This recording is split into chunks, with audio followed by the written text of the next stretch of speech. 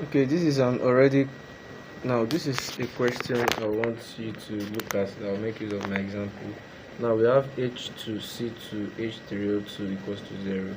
Now one thing you should first of all note now is that um first and foremost, now I said the oxidation number of every compound is equated to 0.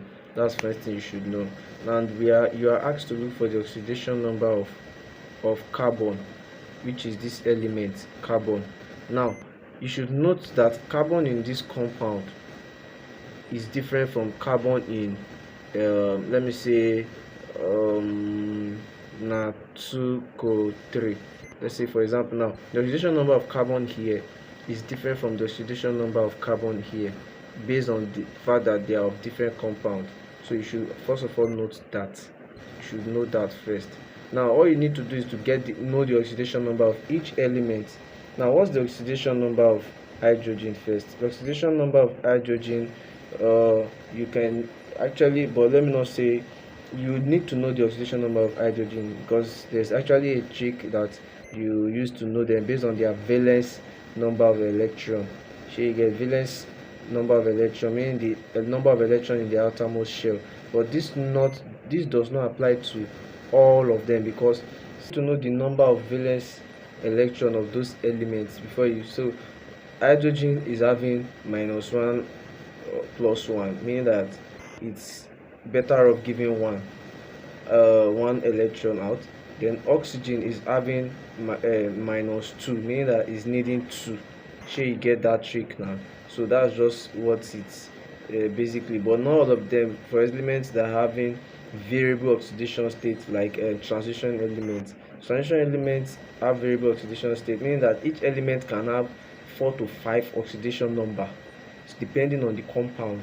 That's why I said not all of them. You think maybe oxidation number of oxygen here is -2, you just give you a question, you just quickly go and put -2. You need to first of all solve it first. So now for this one, now is already solved, because I'm just making use of a question I have already in my jotting notes. Now you just need to add. Now oxidation number of hydrogen was +1. You add it to carbon now, which we are looking for, which is our main subject now, is C. Then the molecule here is 2 carbon, so you multiply by 2, then add it to the next element, which is hydrogen, then multiply by 3. This is it. Then to the oxygen, now you have -2, then multiply by 2, the molecule 2. You have 2 molecules of oxygen, so you multiply by 2, then equals to 0. Like I said, everything is equated to 0.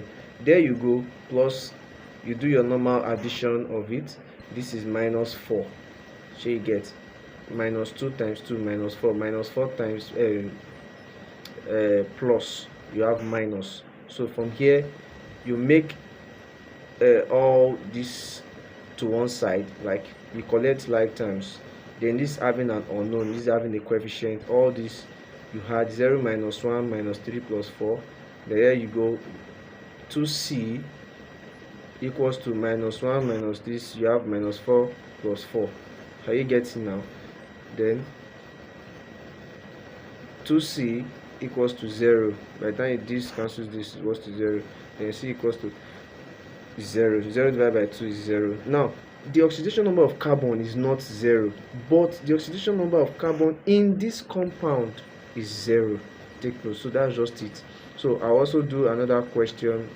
I'll also solve another question. Then I'll explain something. I'll explain the oxidation number for radicals. So you take note, when you're having oxidation number of SO4 2 minus SO4. Okay, now for an instance whereby you are asked to look for the oxidation number of sulfur in SO4 2 minus. So what you need to note here is that we are equating it to 0, but in the case of radicals here now, your SO4 will be equated to -2. It's carrying a radical of 2 minus. I get it now. It will be equated to -2. Do you get what I'm trying to say now?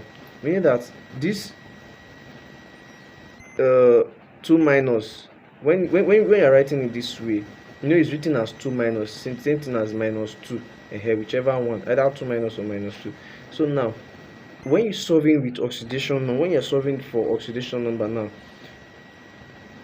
for any question given in the form of radical here, will now be equated as SO4 minus 2. For example, if you're having another question like NO3 minus, when you are solving for this kind of question, you'll be equating it to be NO3 equals to minus 1.